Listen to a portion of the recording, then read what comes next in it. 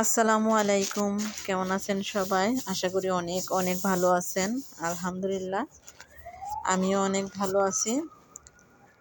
তো চলে আসলাম আবারও নতুন দিনে নতুন একটা ভিডিও নিয়ে আপনাদের মাঝে।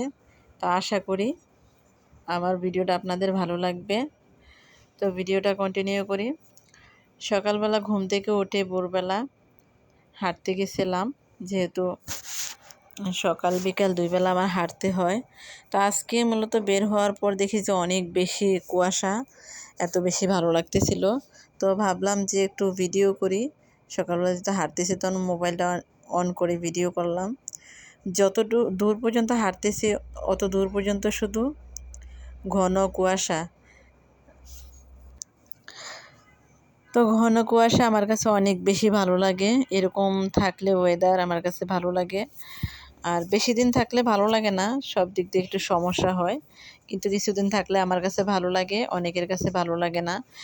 আর যেটা যেই সিজনে চলে, যেহেতু এখন শীতের সময়, আমার কাছে এই সিনটা অনেক বেশি ভালো লাগে। তো হাঁটতেছি, হাঁটতে হাঁটতে দেখতেছি চতুর্দিক দিয়ে, অথচ আমার মনে হয় সামনের দিকে একটুখানি জায়গা দেখা যায় না, এত বেশি কুয়াশা ছিল। আবার মাঝে মাঝে একটুখানি জায়গা দেখি যে অনেক বেশি ফর্সা। তো এই দিক দিয়ে একটা নদী আছে, ছোটোখাটো একটা নদী। তো আমি এদিক দিয়ে, যেহেতু নদীতে ঘাট করা, এই যে সিঁড়ি দেওয়া আছে, তো ভাবলাম নিচে নেমে একটু পাগুলো ধুয়ে নেব, আমার পায়ে পানি দেব। কিন্তু অনেক নিচে, আমার আর যেতে ভালো লাগতেছে না। তো এইখান থেকে একটু ভিডিও করি। আর সিঁড়িগুলো অনেক নিচে ছিল, আর পানি সিঁড়ি থেকে অনেক দূরে নেমে গেছে, ওইখানে যাওয়া একটা সম্ভব না। আর এই দিকটা দেখেন কি পরিমাণে কুয়াশা, চতুর্দিকে একেবারে অন্ধকার আর অন্ধকার। তো হাঁটা শেষ করে আসলাম বাসাতে। বাসায় আসার পর দেখলাম যে আমার লাউয়ের মাচাতে অনেকগুলা লাউয়ের কলিগুলা নষ্ট হয়ে গেছে। তো ভাবলাম একটা লাউ আছে, ওইটা আজকে তুলে নেব। তো আজকে তেমন কোনো ভিডিও নাই, রান্নাবাটি কোনো কিছুই নাই। তো দেখেন মাশাল্লাহ আমার লাউ গাছে অনেক অনেক এরকম লাউয়ের, আমরা করা বলি, আপনারা কি বলেন জানি না, তো করা বা করি এরকম কিছু একটা। তো এই একটা লাউয়ে আছে, এটা অনেক দিন ধরে দেখে দেখে রাখতেছি। তো এইটাই আছে, আর বাকি সবগুলা নষ্ট হয়ে যায়। কিভাবে নষ্ট, কেন নষ্ট হয় তা জানি না। অনেকগুলা প্রত্যেকটা ইয়েতে আছে, আমি একটা লাউ এই পর্যন্ত খেতে পারি নাই। আর এইটাই আছে, তো এটা আজকে তুলে নেব। আপনারা দেখতে পাচ্ছেন যে প্রত্যেকটা গাছের প্রত্যেকটা গিরায় গিরায় লাউয়ের করা আসছে। তো এগুলা কেন থাকে না জানি না, এগুলা কি দিলে থাকবে সেটাও জানি না, খুবই খারাপ লাগে। আর এই লাউটা আমি আজকে 2 দিন যাবত এটা প্রত্যেক দিন এটা কাছে যাই, এই যে নখ ডাবাই, যে এটা শক্ত হয়ে গেছে কিনা দেখার জন্য। আমি ভাবতেছি যেদিন আমি তুলবো ওই দিনই ভিডিও করব। তো আজকে দেখলাম যে একটু বেশ বড় সড়ো হয়ে গেছে, বেশি বড় হয় নাই, তারপরও তুলে নিলাম। আর দেখেন অনেক সুন্দর করে পুরা মাছাতে হয়ে গেছে, কিন্তু লাউ আসতেছে না। যাই হোক, আল্লাহ রিজিকে যেটা রাখছে সেটাই হবে ইনশাল্লাহ। আল্লাহর উপরে সন্তুষ্ট থাকার লাগবে, আর এটাই স্বাভাবিক। আর জানি না ইদানিং কি হচ্ছে, আমার আমার বাগানের অনেকগুলো সবজি নষ্ট হয়ে গেছে।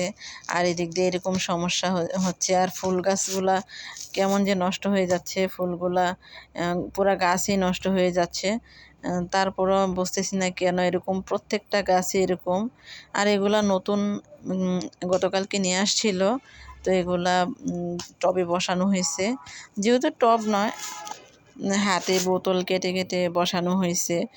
এগুলা এখান থেকে যদি সুন্দরভাবে গজানো হয় বা পাতা টাতা রোপণ হয়, তাহলে এগুলো অন্য জায়গায় নিয়ে সেট করা হবে। তো এই জন্য এগুলো চোখের সামনে রাখা হয়েছে। আর আমি এগুলো নিয়মিত পরিচর্যাও করতে পারি না, আমি খুবই অলস, ভুলে যাই। আর এদিকে দেখলাম যে বিকালবেলা অনেক সুন্দর অপরাজিতা ফুল ফুটছে। তো প্রত্যেকটা গাছে গাছে অনেক বেশি ফুল। তা আমি আবার এই ফুলগুলা নষ্ট করি না, যদি বেশি হয়ে থাকে তাহলে আমি এগুলো তুলে নেই। তো বিকেলবেলা দেখলাম যে এই প্রত্যেকটা গাছে অনেক বেশি বেশি ফুল আসছিল। তা আমি ভাবলাম আজকে চা খাওয়া যাক। তো আমি ফুলগুলো তুলে নিতেছি। আপনাদের সাথে চা খাবো, চা শেয়ার করব। আমি চা এত বেশি একটা ভালো বানাতে পারি না। আমি চিনির ব্যালেন্স করতে পারি না বা চায়ের ইয়েগুলা ব্যালেন্স করতে পারি না। সবাই সবটা পারদর্শী না, পারে না তেমন কোনো কথা না, মানে এত পারফেক্ট হয় না। তো চলেন এগুলো তুলে নেই, তুলে নিয়ে আপনাদের সাথে চা শেয়ার করব। তো এই পর্যায়ে বলে রাখি আপনাদেরকে, যারা আমার ভিডিওটা এই পর্যন্ত আসছেন একটা লাইক দিবেন। তো আর নতুন বন্ধুদেরকে অনেক অনেক শুভেচ্ছা, পুরনো বন্ধুদেরকে সবাইকে অন্তর অন্তর থেকে অনেক অনেক ভালোবাসা আমার ভিডিও দেখার জন্য। আর আমার আপু ভাইয়েরা অনেক সুন্দর সুন্দর ভিডিও আপলোড করে, আমি তেমনভাবে পারি না, তবে চেষ্টা করতেছি, আল্লাহ ভালো জানে। আর এটা একটা ধৈর্যের ব্যাপার, মাঝে মাঝে এত বেশি বিরক্ত হয়ে যায় বা অধৈর্য হয়ে যায়। এরকম তো আর করা চলবে না, কারণ সব আপুরা এটাই বলেন। তারপরও কমেন্টে বলি যে এরকম অধৈর্য হয়েন না। আসলে নিজের ক্ষেত্রে এরকম না, নিজেও এরকম অধৈর্য হয়ে যাই। যাই হোক, দয়া করবেন আমার জন্য, যেন আপনাদের সাথে ভিডিও শেয়ার করতে পারি, আপনাদের সাথে থাকতে পারি। ইদানিং দেখি সকালবেলা ঘুম থেকে উঠলেই অপরাজিতা দরজার যে সামনে লাগানো ছিল, তো অনেক বেশি ফুটে থাকে, অনেক ভালো লাগে। তো আজকে দেখি যে একটু বেশি, তাই তুলে নিলাম। তো চলে আসলাম আমি চুলাতে। আর চা বানানোটা তো আপনারা সবাই জানেন, একদমই সিম্পল ব্যাপার। তো আমি একটু লবণ দিয়ে নিলাম চাতে। জানি না লবণ খাই কি না, আমি আগেই বলছি আমি চা তত একটা ভালো জানি না। তো চিনি দিয়ে দিলাম, পানিটা ফুটে উঠলে আমি ফুলগুলা দিয়ে দেব। এই তো পানি বলক চলে আসছে, তো আমি ফুলগুলা দিয়ে দিলাম। আর দেওয়ার সাথে সাথে দেখি যে হালকা হালকা কালার আসা শুরু হয়ে গেছে। আর দেখি যে ওই যে মাশাআল্লাহ অনেক সুন্দর কালার আসতেছে। তো আপনাদের আশেপাশে যদি এরকম ধরনের ফুল থাকে তাহলে একটু ট্রাই করে দেখতে পারবেন, খারাপ লাগে না, ভালোই লাগে। আর আমি প্রায় এভাবে করে খাই। আমি অফ ক্যামেরাও এটা বানানোর ট্রাই করি।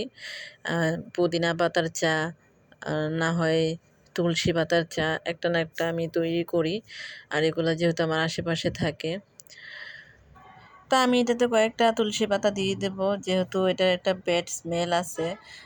এটা কারোর ভালো লাগে, আবার কারোর ভালো নাও লাগতে পারে।